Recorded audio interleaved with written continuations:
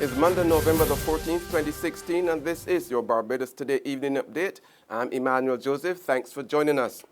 We begin with news that the National Union of Public Workers is reporting more success as a go-slow by customs, immigration, and environmental health officers entered another day today. General Secretary Rodney Smith told Barbados Today that the success came yesterday and today based on shortages of staff in immigration and customs. She noted that with a combination of a shortage of staff and a go-slow, there has got to be an impact. Smith said the action would continue as the union awaits word from the Public Service Commission, possibly tomorrow, on its demands for the reinstatement of Akani McDowell to the acting senior position he held within the Ministry of Health. The NUPW is getting the backing of all the other major unions.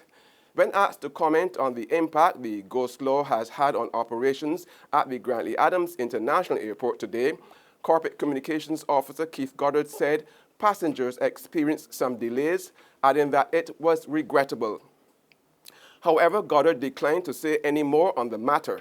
But while Smith is reporting success at the ports of entry and Goddard pointed to delays, officials at the Bridgetown port are saying no such disruptions were experienced. A number of arriving passengers interviewed by Barbados Today at the airport this afternoon also said it was smooth sailing. Relatives of teenage Simeon Nathan Morris of Sherry Grove, St. John, are today expressing shock at his drowning yesterday. Police say the 17-year-old was attending a friend's family reunion picnic held at the Silver Sands Beach in Christchurch. Police Public Relations Officer Acting Inspector Roland Cobbler said Morris was knocked over by a wave while standing close to the shoreline. His body was later seen floating face down and lifeless under the water by a sea bather who retrieved the body. The Samuel Jackman Prescod Polytechnic wants a delegating liaison officer appointed to help secure job attachments for hundreds of students every year. Principal Hector Bell told last evening's graduation ceremony that the institution was only able to place a portion of the 491 students targeted for internships during the past academic year. During the academic year, there were requests for 491 students to be placed in what we call internships. However, with the assistance of consultant Ms. Earl Hazel, we were able to secure placement of 325 students. We sought the assistance of corporate Barbados in the placement of our students who are their future employees.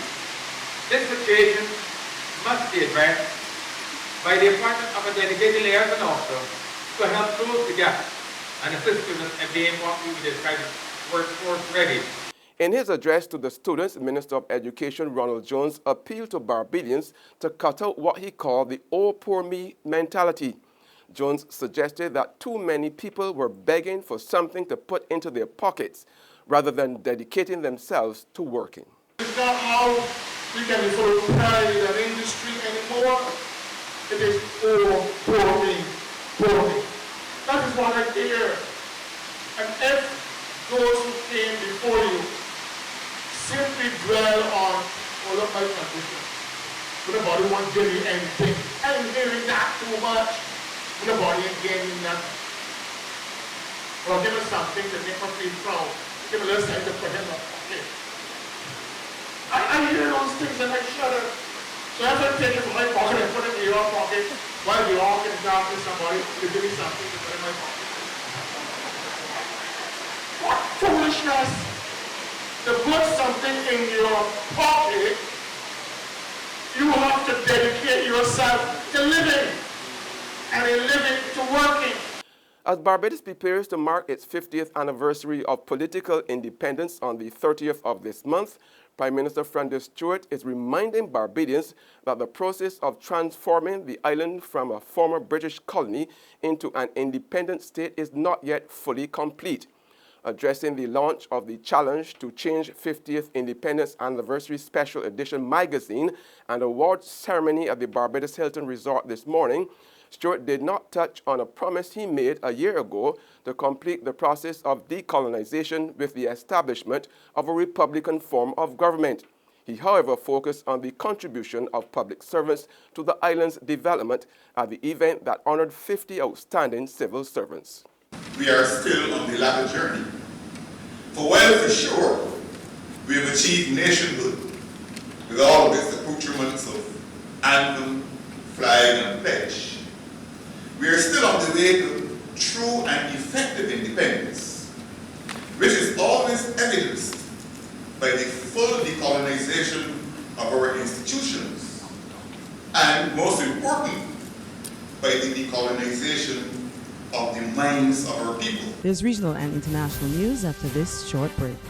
Get your paper, get your paper. Only 225, 220. Who? For what? That's the Bear Stale News. I don't read about that on Barbados today since last night. That y'all only care do. 220. Who? The Barbados Today, news you can trust.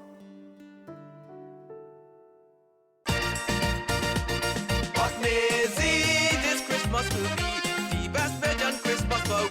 Maisie, it is all because Republic Bank just like Santa Claus. Maisie, fix up the kitchen and a new TV we getting. A special time to commemorate. Republic will help you celebrate.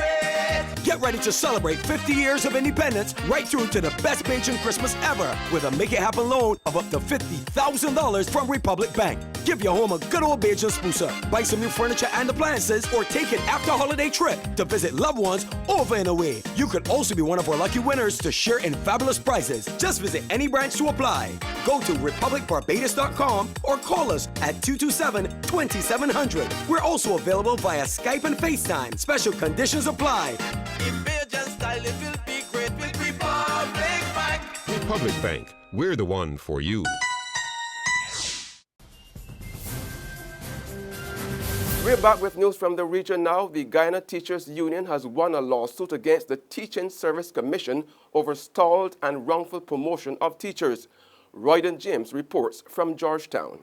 Teachers countrywide who had applied for promotion and those whose promotions were put on hold are now breathing a sigh of relief after a 15-month-long court case between the Guyana Teachers Union and the Teaching Services Commission concluded Thursday afternoon.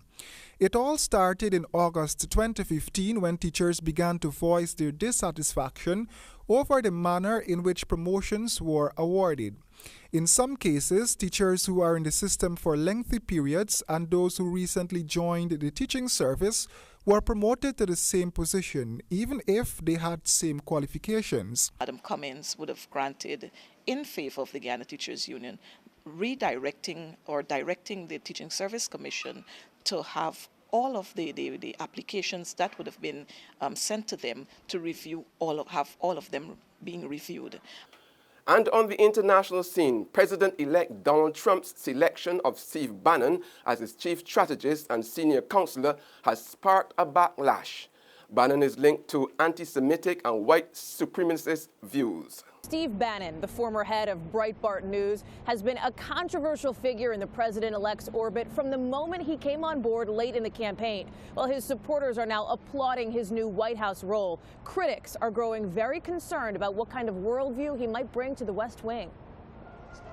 Often on stage with his boss, Steve Bannon, now in the spotlight after helping to propel Donald Trump to the presidency, promoted to chief strategist in a position to shape the future president's policies. Bannon, one of Trump's first appointments and already his most controversial. Before joining Trump's campaign in August, Bannon led Breitbart News, a site with often offensive headlines, like this one calling a conservative columnist a renegade Jew. Bannon saying this summer he wanted Breitbart to be the platform of the alt-right, a conservative extremist movement with ties to white nationalism. Bannon's White House appointment drawing immediate fire, one GOP strategist tweeting, "The racist, fascist extreme right is represented footsteps from the Oval Office." That's news, but for the very latest, visit our website at www.barbadostoday.bb. Also subscribe to our e-paper email updates and like us on Facebook. We're also on Izumi Media in bus terminals or screenplay at supermarkets and gas stations near you, as well as Channel 99 on Flow TV and Mix 96.9 FM. I'm Emmanuel Joseph. Have a fantastic evening.